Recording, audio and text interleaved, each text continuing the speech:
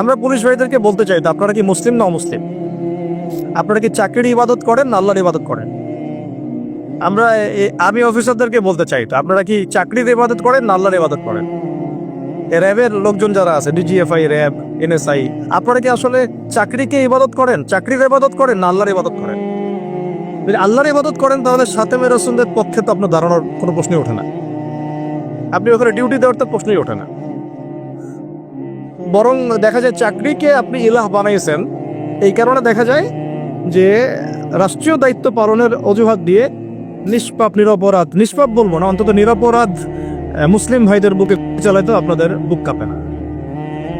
তার মানে আপনারা আল্লাহর ইবাদত এখনো করেন না, আপনারা করেন মূলত চাকরির ইবাদত। চাকরিটাকে আপনি ইবাদত বানাইছেন, ইলাহ বানাইছেন। কথা একটু বাস্তব, শাপলা চত্বরে ঘটনা করা হয়েছে কি হয় নাই? তো কি কি অজুহাতে করা হয়েছে? যে আমার রাষ্ট্রীয় দায়িত্ব আছে, উপরের অর্ডার আছে। কি আছে? তো উপরের অর্ডারের উপরেও যে আল্লাহ আছেন সেটা আপনার মাথায় থাকে না? উপরে যে অর্ডার দিচ্ছে যিনি, তার উপরেও যে আল্লাহর অর্ডার আছে সেটা মাথায় থাকে না আপনার? তার মানে আপনি কি আরশের মালিকের ইবাদত করেন না, বরং আপনি উপরের মালিকদের ইবাদত করেন। এই আমাদের এই ভাইদেরকে দাওয়াত দিতে হবে। ইনশাল্লাহ দেখবেন দাওয়াত যদি ঠিক মতো আমাদের পুলিশের ভাইরা পায়, র্যাবের ভাইরা পায়, ডিজিএফ এর ভাইরা পায়, এনএসআই ভাইরা পায়, ওখানেও দেখবেন বিভক্তি শুরু হয়ে গেছে ইনশাআল্লাহ। ওখানে ইমানওয়ালার আলাদা হয়ে যাবে, ওখানেও কাফেরওয়ালার আলাদা হয়ে যাবে। ওখানেও দেখবেন যে মুসলিম এক পক্ষে চলে আসতেছে, যারা মুনাফিক তার আরেক পক্ষে চলে যাচ্ছে। এই যে বিভাজনটা, এই বিভাজনটা আমাদের সমাজটার এখন সবচেয়ে বড় জরুরি বিষয়। সমাজটাকে ইমান এবং কুফর দুটো শিবিরে বিভক্ত করে ফেলা, এবং সেটা শুধু আমাদের দিনদার মানুষদের মধ্যে থাকলেই হবে না, প্রত্যেক ডিপার্টমেন্টে এটাকে ছড়াইতে হবে। উনারা কি মুসলিম না? নামাজ পড়ে না, রোজা রাখে না, হজ ওমরা করে না? তাহলে কেন তারা কাফেরের পক্ষ নিবে? কেন জালেমের পক্ষ নিবে? কেন মুরতাদদের পক্ষ নিবে? কেন মুনাফিকদের পক্ষ নিবে? তাদের কি ইমান নাই? এই যে তারা তো নিজেরাই সাক্ষী দিবে যে এটা জুলুম হচ্ছে। তাদের বিবেকই বলবে যে আমি জুলুম করছি। তাদের রাত্রে ঘুম হয় না। আপনি গিয়ে দেখেন, যারা যারা এইভাবে মানে এই জুলাইয়ের সময় বহু ছাত্র ভাইদেরকে যারা খুন করছে, হত্যা করছে, ও তাদের নিজে ঘুমই হারাম হয়ে গেছে। ঘুমাইলেও দুঃস্বপ্ন দেখে তারা। হ্যাঁ, এটা মানুষের ফিতরত তো। কিন্তু আপনাদের সামনে উপায় আছে, খাস তওবা করে ফিরে আসলে আল্লাহ এখনো মাফ করতে পারেন। আপনাদের সামনে একটা খালি মিসাল দিয়ে দিই, খালিদ বিন ওয়ালিদ রাদিয়াল্লাহু আনহু, নাম শুনছেন না? উহুদের যুদ্ধে তিনি কাফেরদের পক্ষে ছিলেন। উহুদের যুদ্ধে কার পক্ষে ছিলেন? কাফেরদের পক্ষে ছিলেন, এবং তার একক প্রচেষ্টায় প্রায় বলা যায় যে 60-70 জন মুসলমান শহীদ হয়ে গেছে। যুদ্ধের শুরুর দিকে তো আমরা জিতে গেছিলাম, এবং তিনি পিছনের দিকে সুযোগের অপেক্ষা করছিলেন। যখন জাবাল রুমা থেকে সাহাবায়ে কেরাম নেমে আসলেন আল গানিমা বলে, তখন তিনি পিছন দিক থেকে 100 ঘোড়সওয়ার নিয়ে এসে আক্রমণ করলেন। করে যুদ্ধের পুরো গতিপথই পরিবর্তন হয়ে গেল। আমরা সাময়িকভাবে বিপর্যয়ের সম্মুখীন হয়ে গেলাম। এমনকি নবী সাল্লাল্লাহু আলাইহি ওয়াসাল্লামের দাঁতও শহীদ হয়ে গেল। বহু সাহাবায়ে কেরাম অল্প সময়ের মধ্যেই শহীদ হয়ে গেলেন। এমনকি হামজা রাদিয়াল্লাহু আনহু শহীদ হয়ে গেলেন। এটার মধ্যে সবচেয়ে বড় ভূমিকা কার ছিল? খালিদ বিন ওয়ালিদ রাদিয়াল্লাহু আনহু। এরপরে তিনি মুসলিম হয়েছেন। মুসলিম হওয়ার পরে তিনি আরো 100টা যুদ্ধ করেছেন ইসলামের পক্ষে, এবং কোন যুদ্ধে তিনি পরাজয় বরণ করেন নাই। ওই খালিদ বিন ওয়ালিদ রাদিয়াল্লাহু আনহুর হাতেই সিরিয়া বিজয় হয়েছে, পারস্য বিজয় হয়েছে, হীরা নগরী বিজয় হয়েছে, মাদিয়ান বিজয় হয়েছে। তারপরে আপনার ওই যে বাহরাইন, ওই যে জর্ডান, এই সব জায়গাগুলো বিজয় হয়েছে কার হাতে? এই খালিদ বিন ওয়ালিদ রাদিয়াল্লাহু আনহু। তা আমরা চাই আমাদের আর্মির ভাইরা, র্যাবের ভাইরা, পুলিশ প্রশাসনের ভাইরা, আপনারা খালিদ বিন ওয়ালিদ হয়ে যান, আব্দুল্লাহ বিন উবাই হয়েন না। আপনারা পারলে খালিদ বিন ওয়ালিদ হন, আব্দুল্লাহ বিন উবাই হয়েন না। আব্দুল্লাহ উবাইকে তো চিনে নাকি? এটাও ব্যাখ্যা করতে হবে। ওই উহুদ যুদ্ধের দিন গেছিল সাথে, চলো আমরা যুদ্ধ করতে যাব। যেই শুনছে যে এখানে বাপরে বাপ মুশরিকদের সংখ্যা তো প্রায় 3000, তখন ওই 300 সৈন্য নিয়ে উল্টা দিকে টান দিয়েছে আর কি। সূরা আল ইমরানে আসছে একটা, আমরা যদি জানতাম যে যুদ্ধ বলে কিছু আছে, আমি জীবনও মুসলিম হইতাম না। তো আপনারা ইনসাফ কায়েম করেন। চাকরি আমাদের জরুরত, ব্যবসা আমাদের জরুরত, পরিবারও আমাদের জরুরত, তাই না? বাড়ি আমাদের জরুরত, পেনশন আমাদের জরুরত, জমি আমাদের জরুরত। এগুলো নিয়ে কেউ কবরে যাব না আমরা। এগুলো নিয়ে কেউ কবরে যাব না আমরা। অতএব এই ক্ষণস্থায়ী বিষয়গুলোকে প্রাধান্য দিয়ে এই চিরস্থায়ী আখিরাত নষ্ট করিয়েন না আপনারা। এই ভাইদেরকে দাওয়াত দিতে হবে বেশি বেশি করে। আল্লাহ পাক আমাদের এই প্রত্যেক ভাইদেরকে যেন কথাগুলো বোঝার এবং আমল করার তৌফিক দেন, হেদায়েত যেন নসিব করে নেন। তাদের মধ্য থেকে আল্লাহ যেন ওমর এবং খালিদের মতো মানুষ বের করে নিয়ে আসা। এটা কিন্তু সত্য কথা যে এই প্রত্যেকটা বিভাগের মধ্যেই এমন অনেক ভাই আছে যারা ইসলামকে মহব্বত করেন, ভালোবাসেন এবং মুসলিমদেরকে মহব্বত করেন, ভালোবাসেন এবং আমাদের পক্ষে থাকতে চান। একটাই শব্দ, হুজুর স্যার আমাদের চাকরি। আমাদেরকেও বের করে দেওয়ার সময় বলতেছিল যে আমাদের জন্য বদদোয়া করিয়েন না, এটা আমাদের চাকরি। ভাই আমাদের জন্য বদদোয়া করিয়েন না, এটা আমাদের চাকরি। তো আমরা বদদোয়া করি না, বদদোয়া করিও নাই। কথা হচ্ছে এখন আপনি চাকরির ইবাদত করবেন না, ইবাদত করবেন কার? আল্লাহ। যে চাকরি আপনাকে জুলুম করতে বলবে ওই চাকরি আপনি ছেড়ে দিয়ে চলে আসবেন। যে চাকরি আপনাকে নিরপরাধ মানুষের উপর গুলি চালাইতে বলবে ওই চাকরির মুখে লাথি মেরে চলে আসবেন আপনার। আর যে আদর্শ আপনাকে আল্লাহ এবং তার রাসূলের পক্ষে নিয়ে আসবে তার জন্য আপনি জীবন উৎসর্গ করে দিবেন। এইরকম যদি ইমানদার হইতে পারেন ইনশাআল্লাহ আগের সব গুনাহ আল্লাহ মাফ করে দিতে পারেন। এমন হাদিস আছে, দুই ব্যক্তিকে দেখে আল্লাহ পাক হাসবেন কিয়ামতের মাঠে। আল্লাহ পাক কেমন করে হাসবেন ওইটা আবার ব্যাখ্যা করার দরকার নাই। এই হাসি মানে আমাদের হাসি কখনোই না, এটা আল্লাহর শানের মতো। আল্লাহ ভালো জানেন, আল্লাহু আ'লাম বিস-সাওয়াব। আমরা জানি না, যতটুকু এসেছে এতটুকু বললাম। কোন দুই ব্যক্তি? একজন ব্যক্তি আগে কাফের ছিল, মুসলিমদের বিরুদ্ধে যুদ্ধ করে কোনো মুসলিমকে শহীদ করে দিচ্ছে। পরে সেই ব্যক্তি আবার মুসলিম হয়ে ইসলামের পক্ষে যুদ্ধ করে আবার শহীদ হয়েছে। এই দুই ব্যক্তি একসাথে জান্নাতে যাবে। আল্লাহ রাব্বুল আলামিন দেখে হাসবেন, এই দুই ব্যক্তি কিভাবে জান্নাতে যাচ্ছে। তো এখানে একটা বার্তা তাদের জন্য আছে। আল্লাহ পাক আমাদের ভাইদেরকে রমজান মাসের ওসিলায় যেন বোঝার তৌফিক দেন। কথা হচ্ছে এখন আপনি চাকরির ইবাদত করবেন না, ইবাদত করবেন কার? আল্লাহ। যে চাকরি আপনাকে জুলুম করতে বলবে ওই চাকরি আপনি ছেড়ে দিয়ে চলে আসবেন। যে চাকরি আপনাকে নিরপরাধ মানুষের উপর গুলি চালাইতে বলবে ওই চাকরির মুখে লাথি মেরে চলে আসবেন আপনার। আর যে আদর্শ আপনাকে আল্লাহ এবং তার রাসূলের পক্ষে নিয়ে আসবে তার জন্য আপনি জীবন উৎসর্গ করে দিবেন। এইরকম যদি ইমানদার হইতে পারেন ইনশাআল্লাহ আগের সব গুনাহ আল্লাহ মাফ করে দিতে পারেন। এমন হাদিস আছে, দুই ব্যক্তিকে দেখে আল্লাহ পাক হাসবেন কিয়ামতের মাঠে। আল্লাহ পাক কেমন করে হাসবেন ওইটা আবার ব্যাখ্যা করার দরকার নেই। এই হাসি মানে আমাদের হাসি কখনোই না, এটা আল্লাহর শানের মতো। আল্লাহ ভালো জানেন, আল্লাহু আ'লাম বিস-সাওয়াব। আমরা জানি না, যতটুকু এসেছে এতটুকু বললাম। কোন দুই ব্যক্তি? একজন ব্যক্তি আগে কাফের ছিল, মুসলিমদের বিরুদ্ধে যুদ্ধ করে কোনো মুসলিমকে শহীদ করে দিচ্ছে। পরে সেই ব্যক্তি আবার মুসলিম হয়ে ইসলামের পক্ষে যুদ্ধ করে আবার শহীদ হয়েছে। এই দুই ব্যক্তি একসাথে জান্নাতে যাবে। আল্লাহ রাব্বুল আলামিন দেখে হাসবেন, এই দুই ব্যক্তি কিভাবে জান্নাতে যাচ্ছে। তো এখানে একটা বার্তা তাদের জন্য আছে। আল্লাহ পাক আমাদের ভাইদেরকে রমজান মাসের ওসিলায় যেন বোঝার তৌফিক দেন। আর দোয়া করার উপযুক্ত সময়গুলো খুঁজে বের করবেন। যেমন রোজা রাখা অবস্থায় দোয়া করলে দোয়া কবুল হয়। দুই একামতের মাঝখানে মানে আজান এবং একামত এর মাঝখানে দোয়া করলে দোয়া কবুল হয়। ফরজ নামাজের পরে দোয়া করলে দোয়া কবুল হয়। সালাম ফিরানোর আগেও দোয়া করলে দোয়া কবুল হয়, দোয়া মাসুনার পরে। এরপরে সেজদারত অবস্থায় দোয়া করলে দোয়া বেশি কবুল হয়। শেষ রাতে দোয়া করলে দোয়া কবুল হয়। বৃষ্টি পড়ছে এই সময় দোয়া করলে দোয়া কবুল হয়। একটু দান সদকা করেছেন, ভালো কাজ করেছেন, এখন হাত তুলে দোয়া করেন, দোয়া কবুল হয়। ওযু করেছেন, এখন হাত তুলে দোয়া করেন, দোয়া কবুল হয়। অনেক জায়গা আছে দোয়া কবুলের, খুঁজে বের করে দোয়া করতে। দোয়া চাইতে হবে কেন? নিজের দোয়া নিজে করুন। দোয়া চাওয়া ভালো কাজ, এটা কোনো খারাপ কিছু না, কিন্তু নিজের দোয়া নিজে করতে শেখায়। আপনার যা প্রয়োজন আমি কি বুঝতে পারবো? আপনি যদি বলেন ভাই দোয়া করেন, বলতে পারি বারাকাল্লাহু ফিক, কিন্তু আপনার কি দরকার, আপনার মূল চাহিদা কি আপনাকে নিজের ভাষা আল্লাহর কাছে বলতে হবে। যদি আপনি কোনো মতে আরবিও না জানেন, আরবির কিছুই জানেন না, আমি বলবো আপনি প্রয়োজনে বাংলাতেই আল্লাহর কাছে দোয়া করেন। আল্লাহ পাক সব ভাষা বুঝবেন ইনশাআল্লাহ। আল্লাহ পাক কি সব ভাষা বুঝবেন না? ইনশাআল্লাহ বেশি দোয়া করবেন। রমজান মাসে আরেকটা কাজ করবেন, যাকাত।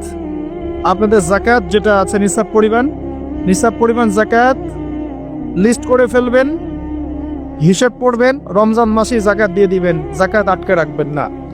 যদি জাকাত কেউ অস্বীকার করে সে আর মুসলিম থাকে না, সে কাফের হয়ে যায়, এটা মনে রাখবেন। জাকাত অস্বীকার করার কোনো সুযোগ নেই।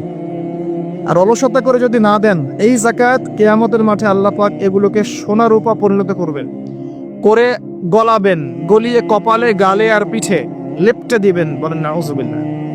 এবং এই জাকাত একটা সাপের আকৃতি নেবে, সাপ, বিষাক্ত সাপ, যেটা গলায় পেঁচানো থাকবে, মাথাটা থাকবে এই কপাল বরাবর। কবরের মধ্যে যখন শোয়ানো হবে, এই কপাল বরাবর এই সাপ ঠোকতে থাকবে, বলবে আমি তোমার সম্পদ, আজকে সাত ভোগ কর। এটাকে আমরা চাচ্ছি না। জাকাত দিয়ে দেন। আর জাকাত ইসলামিক অর্থনীতির ভিত্তি। জাকাত দিলেই গরিবের কাছে আপনার সম্পদ যাবে, তখন সেও খেয়ে পরে বাঁচতে পারবে। এভাবে সাম্য বজায় থাকবে। আল্লাহ আমাদের বোঝার তৌফিক দান করুন। রমজান মাসে একটা কাজ করবেন, সেটা হলো পরিবারকে সময় দিন, পরিবারকে টাইম দিবেন, পরিবারের মধ্যে ইসলামিক সংস্কৃতি গড়ে তুলবেন। একসাথে সেহেল করবেন, একসাথে সাহরি করার পরে একসাথে ইফতার করবেন, একসাথে তালিম করবেন, ইসলামিক কোনো মুভিজ একসাথে দেখলেন, ইসলামিক কোনো লেকচার একসাথে শুনলেন। মানে ইসলামকে এনজয় করবেন পরিবারকে নিয়ে, সাথে করে নিয়ে। বাচ্চা কাচ্চারা দেখবে ছোটবেলায় আমরা বাবাদের সাথে এটা করেছিলাম, ওইটা করেছিলাম। ইফতার বানাচ্ছেন বাসায়, বাচ্চাদেরকে ইনভলভ করবেন, বাচ্চাদেরকে রোজা রাখতে উৎসাহিত করবেন, ওদেরকে নবীদের গল্প শোনাবেন, ইসলামিক কালচারে বড় করবেন। দেখবেন পরিবারের মধ্যে শান্তি, রহমত নিয়ে আসবেন। পারা যাবেন স্যার। রমজান মাসে আরো একটা কাজ করবেন, সাদাকাতুল ফিতর। সাদাকাতুল ফিতর দিয়ে দিবেন। এটা সম্পর্কে আলেম ওলামারা আপনাদেরকে বলবে খুতবা, ইনশাআল্লাহ। আমি আগেই বলে রাখলাম, সাদাকাতুল ফিতর দিয়ে দিবেন। রমজান মাসে আরেকটা ইম্পর্টেন্ট কাজ আছে, সেটা হলো যে আমাদের সমাজে অনেক এতিম থাকে, বিধবা থাকে, নিঃস্ব অসহায় মানুষ থাকে। এই মানুষগুলোর পাশে দাঁড়ানোর চেষ্টা করবেন, বেশি থেকে বেশি দান সাদাকা করবেন। যতটুকু সামর্থ্য আল্লাহ দিয়েছেন আপনি বেশি থেকে বেশি দান সাদাকা করবেন। এভাবে ইনশাআল্লাহ আপনি রমজানটাকে উপলব্ধি করতে পারবেন, এনজয় করতে পারবেন। আপনার সালাতের মাধ্যমে, আপনার সিয়াম রাখার মাধ্যমে, দোয়া করার মাধ্যমে, জিকির করার মধ্য দিয়ে, পরিবারের সাথে এনজয় করার মধ্য দিয়ে দেখবেন আপনি আত্মশুদ্ধি অর্জন করতে পারছেন। আরেকটা কাজ, রাতের বেলা তারাবি সালাত, রাতের বেলা তারাবি মসজিদে জামাতে পড়ার চেষ্টা করবেন। এবং সবচেয়ে সুললিত কণ্ঠে যিনি তেলাওয়াত করতে পারেন তাকে ইমাম বানাবেন। নামাজটা এনজয় করা যায় যেন। রুকু করলে সেজদা পাই না, এমন নামাজ দরকার নাই। আমার কথা মন খারাপ করছেন? রুকু করলে সেজদা পাই না এমন নামাজের দরকার নাই। ধীর স্থির ভাবে নামাজ পড়েন, মধ্যম পন্থায় নামাজ পড়েন, সুললিত কণ্ঠে তেলাওয়াত করেন। মক্কার তারাবি দেখেন, মদিনার তারাবি দেখেন, অনেক সুন্দর তারাবি। রাকাত সংখ্যা নিয়ে ঝগড়া করেন না। সামনে একটা ঝগড়া আসবে, 20 টাকার নাত রাকাত, তারপরে আবার ঝগড়া আসবে ঈদের তাকবীর কতটা। ঝগড়ার তো শেষ নাই। আস্তে আস্তে আস্তে আস্তে ইসলামের বিরোধী শক্তি যারা, তারা বিশ্বের নেতৃত্ব দেওয়ার আসনে চলে গেছে। আর আমরা আপোষে এই মারামারি, কাটাকাটি, ঝগড়া নিয়ে পড়ে আছে। মানে এখনো এই পৃথিবীতে এমন কিছু বান্দা আছে যারা কশ্চিনকালেও জালেমের সামনে মাথা নত করবে না, যারা হকের উপর থাকবে, যারা ইসলামের বিরোধী শক্তিকে ছাড় দিবে না, এমন বান্দাও পৃথিবীতে আছে। তাদের কথা ভিন্ন। বেশিরভাগ মুসলিমই লাহুম কুলুবুন লা ইয়াফকাহুনা বিহা, এরকম পর্যায়ে পড়ছে। হৃদয় আছে, উপলব্ধি করে না, চোখ আছে দেখে না, কান আছে শোনে না। এগুলোর ইখতিলাফ বাদ দিয়ে আপনি স্থিরভাবে নামাজের রাকাত সংখ্যা না, আপনি কোয়ালিটি বাড়াবেন। নামাজটা কত সুন্দর হচ্ছে, এটা একটা ফ্যাক্ট। এবং তারাবির নামাজটাকে এনজয় করেন। খতম হবে কোরআন, আমরা কোরআনকে এনজয় করবো ইনশাআল্লাহ। এরপরেও শেষ রাত্রে আপনি চেষ্টা করেন নিজে ওঠার জন্য, নিজে ওঠার জন্য পরিবারের লোকজনকে ওঠানো। আসো 2 রাকাত নামাজ পড়ি, আসো 4 রাকাত নামাজ পড়ি। সেহরি করার 1 ঘন্টা আগে ওঠা যাবে না। সেহরি করার 1 ঘন্টা আগে উঠলেই কিন্তু আমি মিনিমাম 5-6 রাকাত, 8 রাকাত, 10 রাকাত নামাজ পড়তে পারবো। 2 রাকাত তো পারবো কমসে কম। 2 রাকাত পড়ে একটু তাসবিহ তাহলিল করে, একটু কোরআন তেলাওয়াত করে আল্লাহর কাছে হাত তুলে দোয়া করা যাবে না? ওই সময় আল্লাহ পাক প্রথম আসমানে নেমে আসেন, সুবহানাল্লাহ, এসে বলেন, কে আমাকে ডাকবে, আমি তার ডাকে সাড়া দিই। কে আছে আমার কাছে কিছু চাইবে, আমি তোমার চাওয়া পূরণ করব। কে আছো আমার কাছে ক্ষমা চাইবে, আমি তোমাকে ক্ষমা করে দেব। আল্লাহ পাক ফজর পর্যন্ত এটা বলতে থাকে। রমাদানের আর 2টা কাজ। এক হচ্ছে লাইলাতুল কদর তালাশ করবে। আর লাইলাতুল কদর তালাশ করতে হলে শেষ দশকটা ইতিকাফ করার চেষ্টা করবে। ইতিকাফ করতে পারলে আপনি লাইলাতুল কদর পেয়ে যাবেন ইনশাআল্লাহ।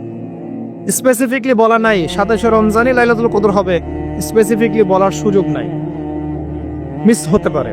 নবীজি বলেছেন শেষ দশকের বেজর রাত 21, 23, 25, 27, 29 যে কোনো একটা রাত লাইলাতুল কদর হবে। এক রাত ইবাদত করবেন, সারা হাজার হাজার মাস ইবাদত করার নেকি পেয়ে যাবেন ইনশাআল্লাহ তাআলা। এই রাতে দোয়া করলে দোয়া কবুল হয়ে যায়। আল্লাহ পাক আমাদেরকে লাইলাতুল কদর করার তৌফিক দান করুন, ইতিকাফ করার তৌফিক দান করুন। আরেকটা কাজ, যেখান থেকে আমি আসবো কোরআনময় রমাদানে, রমজান মাসে সবচেয়ে বড় যে কাজটা, এটা দিয়ে শেষ করছি, শোনেন, এখানে একটু সময় নিব, আমি একটু ধৈর্য ধরে।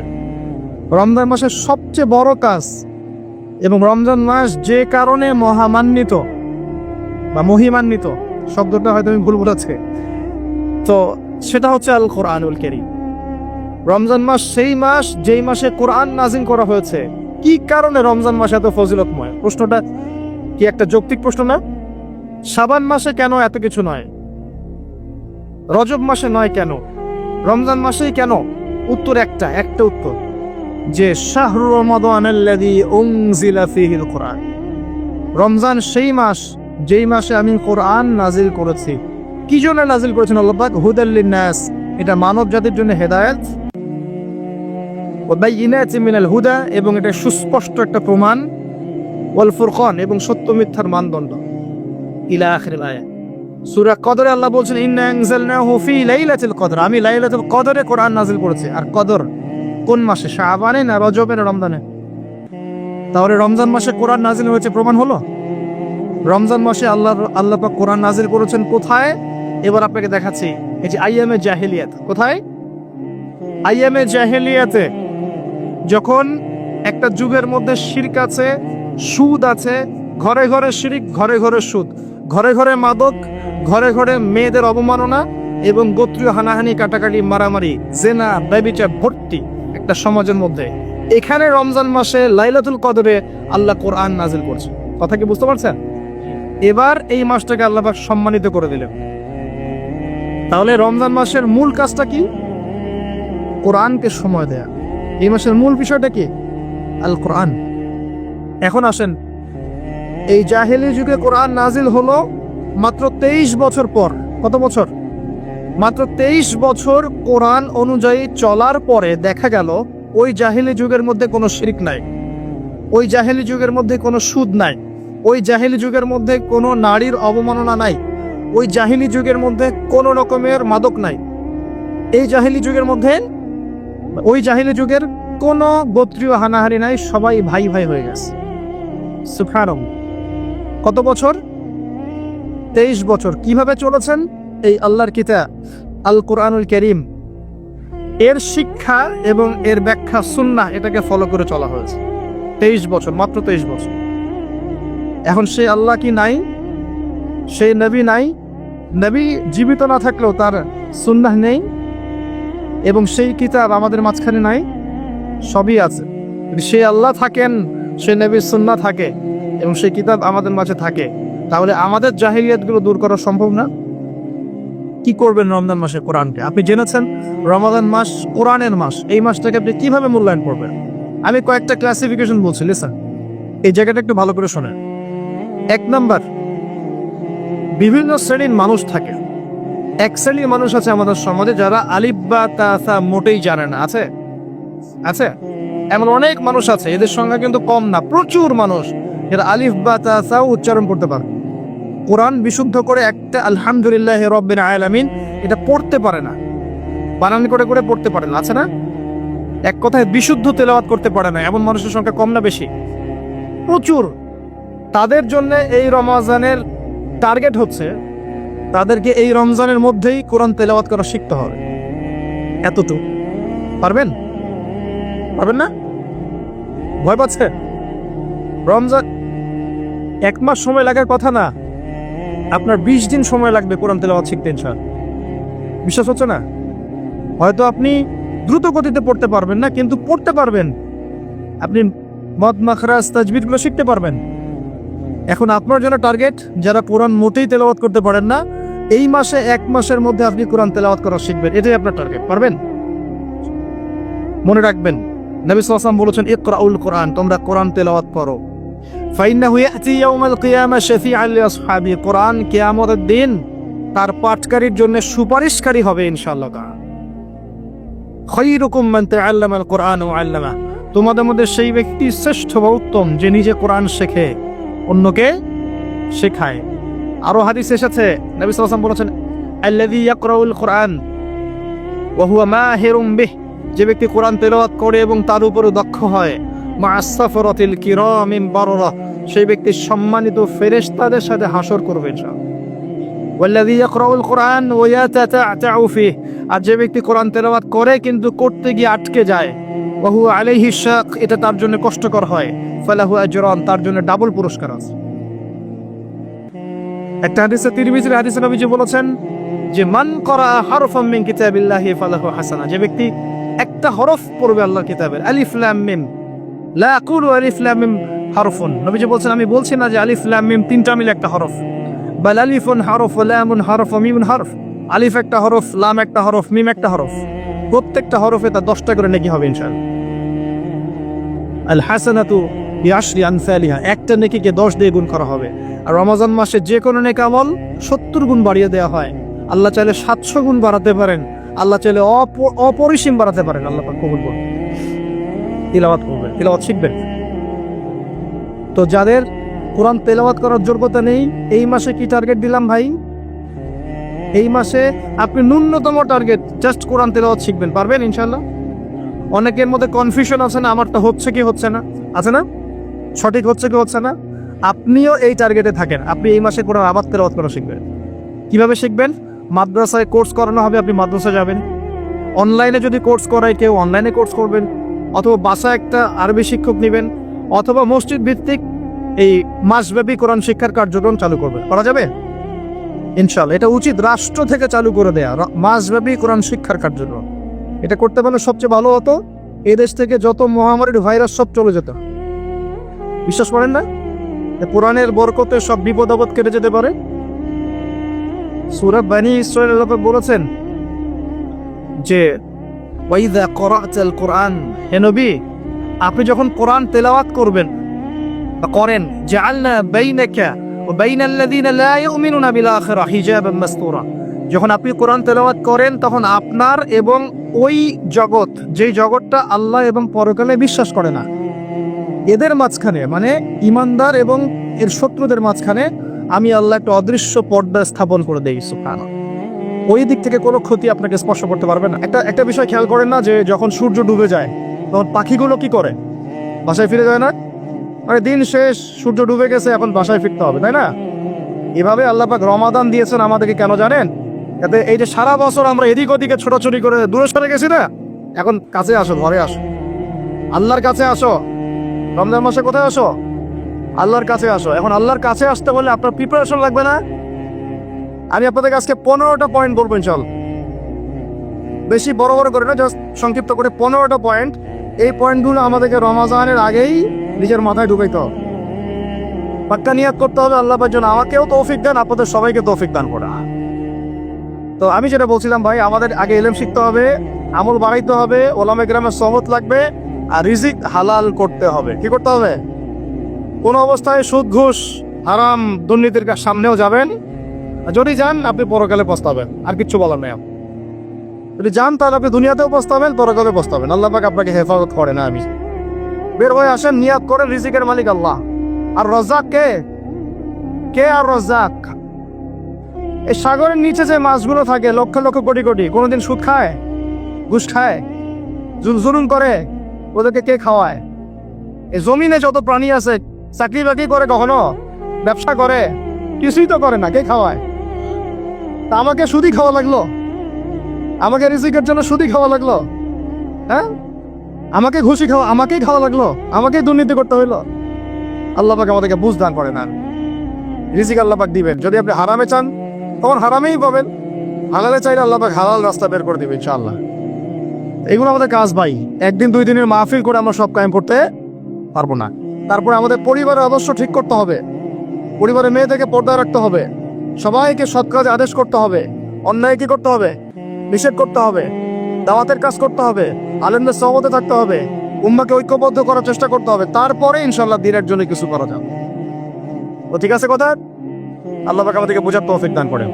এখন আসেন ভাই, ওই 15টা পয়েন্ট আমি আপনাদেরকে বলি। এই 15টা মাথায় ঢুকান, এটা ভুলে যাবেন না আজকে, সব ভুলে গেল, ঠিক আছে? রমাজানের প্রস্তুতি নাম্বার 1, আমার সেটা বলে, রমাজানের প্রস্তুতি নাম্বার 1 হচ্ছে যত দুনিয়াবি কাজ আছে সেই কাজগুলোকে কমিয়ে ফেলবো। দুনিয়াবি কাজগুলো কি করব? মানে দুনিয়াবি যত কাজ, যত ব্যস্ততা যা আছে এগুলোকে কমায় নিয়ে আসবো, যাতে রমজান মাসে আমাকে বেশি বাইরে দুনিয়াবি প্রয়োজনের বাইরে বের হইতো না, বেশি ব্যস্ততা আমাকে দুনিয়ার জন্য না করতে হয়। মনে করেন যে আপনি চাইলে এখন যদি সামর্থ্য থাকে রমাদান এবং ঈদের বাজার করে রাখতে পারেন, কারণ লাইলাতুল কদর নষ্ট করে ঈদের বাজার, আর রমজানের অনেক রুহানিয়াত নষ্ট করে দেয় দুনিয়াবি বাজার ঘাট, তাই না? সবার সামর্থ্য হয় না, কিন্তু বড় বড় যে বিষয়গুলো আছে, বড় বড় খাবার, মৌলিক খাবার, এগুলো আপনি 2 মাসের জন্য বাসায় রাখতে পারেন, সামর্থ্য থাকে। সামর্থ্য নাই তাহলে সেটা আলাদা বিষয়। মোট কথা, এটা শুধু একটা বিষয় বোঝাচ্ছে না, দুনিয়াবি যত ব্যস্ততা এগুলোকে কমায় রমাজানের জন্য প্রিপারেশন নিতে হবে। আল্লাহ পাক আমাদেরকে সবাইকে রমাদানের জন্য প্রিপারেশন নেওয়ার তৌফিক দান করেন। এটা হলো মনস্তাত্ত্বিক প্রিপারেশন, যে রমাদান আসতেছে, আমি শাবান মাসেই আমি আমার কাজগুলো গোছাই নিব, যাতে রমজানে আমি ফারেক থাকি ইবাদতের জন্য। বুদ্ধিমানের কাজ না এটা? আল্লাহ পাক তৌফিক দান করেন। আমি 2 নম্বর হচ্ছে ভাই, রমজানের আমরা সবাই 30টা সম রাখবো বলে নিয়াত করি, আল্লাহ পাক তৌফিক দান করেন, আমিন। কিন্তু এখানে একটা কথা, 2 নম্বরটা হচ্ছে রোজা রাখার মতো রোজা রাখতে হবে। কি বললাম বলেন? রোজা রাখার মতো রাখতে হবে। এটা কেন বললেন ভাই? উত্তর দিচ্ছিস। উপোস থাকা, না খেয়ে থাকা আর সম রাখা এক জিনিস নয়। পানি ছেড়ে দেওয়া, খাবার ছেড়ে দেওয়া আর ইসলামী সম এক জিনিস নয়। অনেক ধর্মের মানুষ খাবার পানি ছেড়ে দিয়ে থাকে, উপাস থাকে না?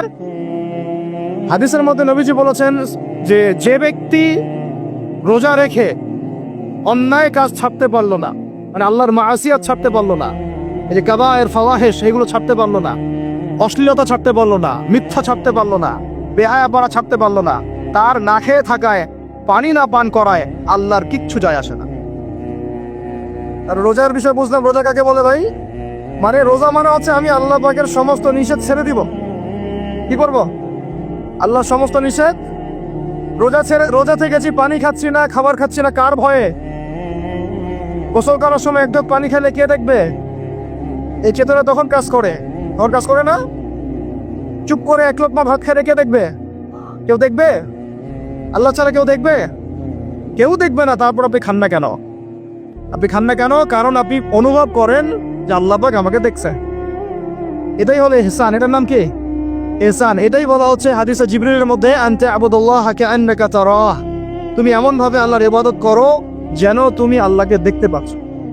ওয়া ইল্লাম তাকুন তারাহু, তুমি যদি আল্লাহকে দেখতে না পারো, জেনে রাখো ফাইন্নাহু ইয়ারাক, আল্লাহ পাক তোমাকে দেখছেন। এটাকে বলে আল্লাহ কনসিয়াসনেস বা ইহসান বা তাকওয়া। আর তাকওয়া হাহুনা, তাকওয়া কোথায়? এখানে।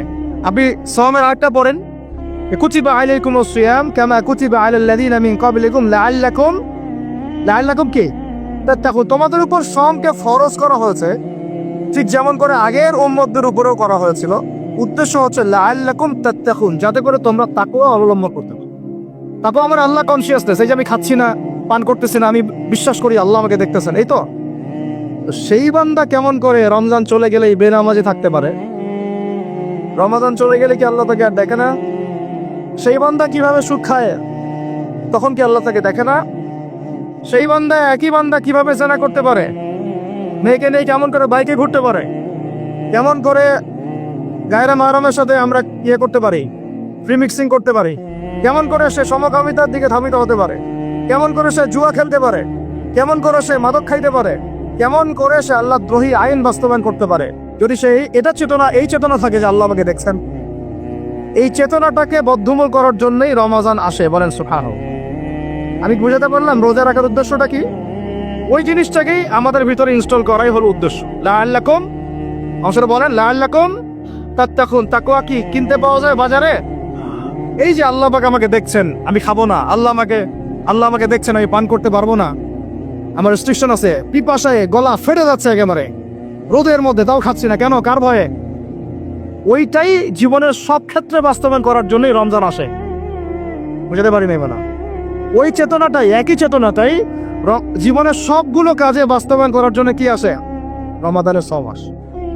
আমরা শুধু রোজার ফজিলত নিয়ে বয়ান করি, রোজা রাখলে 70 গুণ নাকি হবে না, 70 গুণ হবে, 700 গুণ বাড়াই দেবে। মূল কথা ফজিলত তো ফজিলত পাবোই, মূল কথা এইটা, তাকেও অবলম্বন করতে হবে।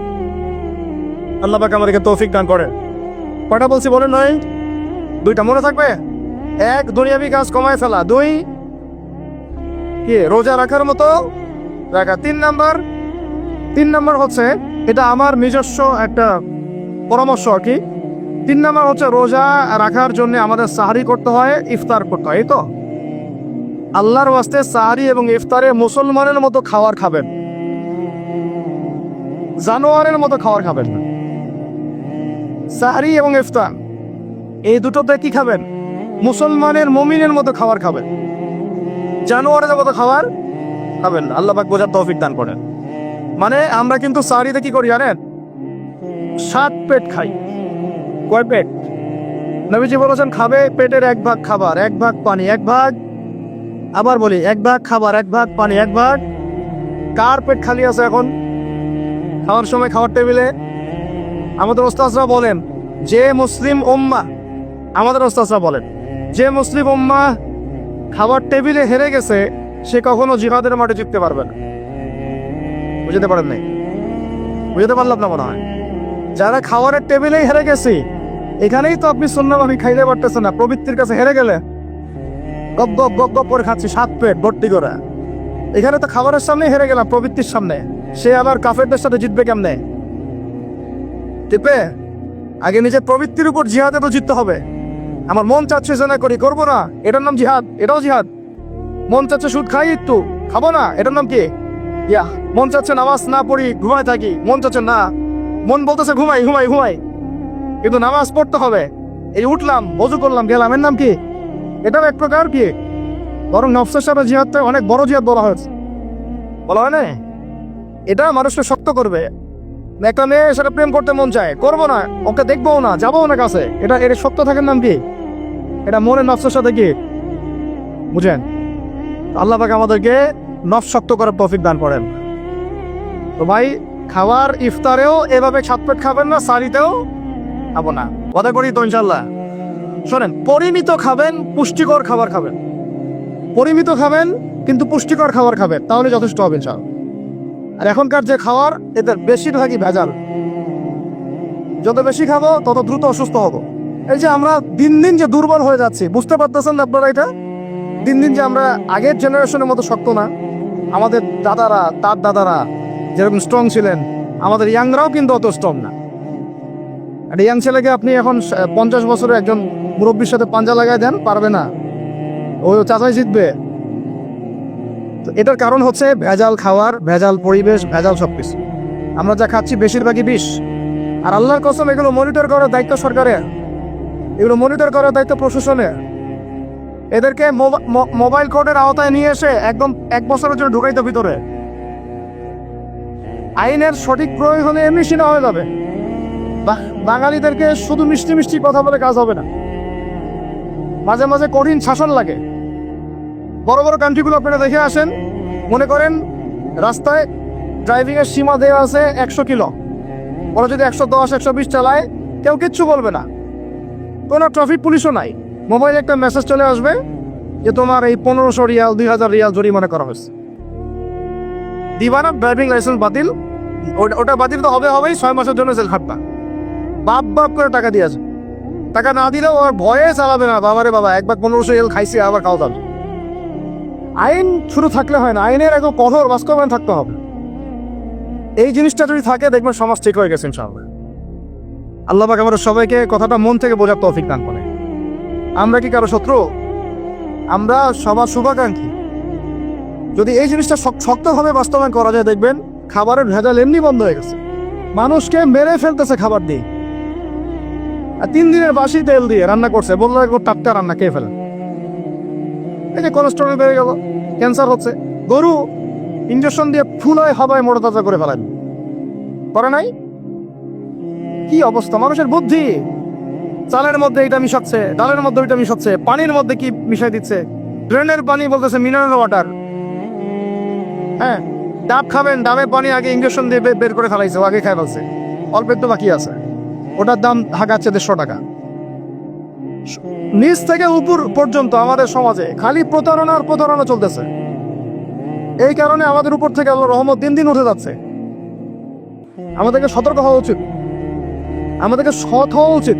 সৎ হইতে পয়সা লাগে না, সৎ হইতে পয়সা লাগে? সবাই যার যার জায়গা থেকে ভালো হয়ে যায়, কিচ্ছু করা লাগবে না ইনশাআল্লাহ। আপনি মাদক খায়েন না, কেউ জোর করে মাদক খাওয়াবে?